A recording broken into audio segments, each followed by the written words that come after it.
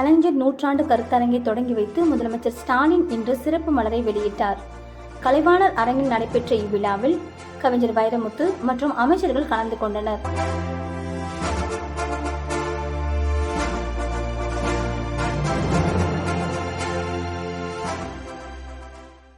தென்றலை தீண்டியதில்லை, ஆனால் தீயை தாண்டி இருக்கிறேன்னு அனுபவபூர்வமா சொன்னாரு நம்முடைய தலைவர் கலைஞர் அவர்கள்.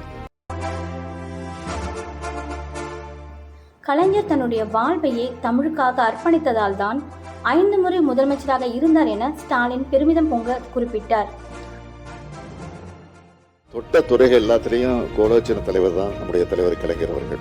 இலக்கியத்தை தான் இளைப்பாறும் நிழலா அவர் கருதினார். அதனாலதான் எனது செங்கோலை யார் பறித்து விடலாம், ஆனால் எனது எழுதுகோலை யாராலும் பறிக்க முடியாதுன்னு சொன்னார் தலைவர் கலைஞர். கலைஞரை போன்ற பல எழுத்தாளர்கள் உருவாக வேண்டும். சாகித்ய அகாடமி போன்ற அமைப்புகள் அவர்களை பாராட்ட வேண்டும். எழுத்தாளர்கள் வாழும் காலத்திலேயே அங்கீகரிக்கப்பட வேண்டும் எனவும் முதலமைச்சர் ஸ்டாலின் குறிப்பிட்டார்.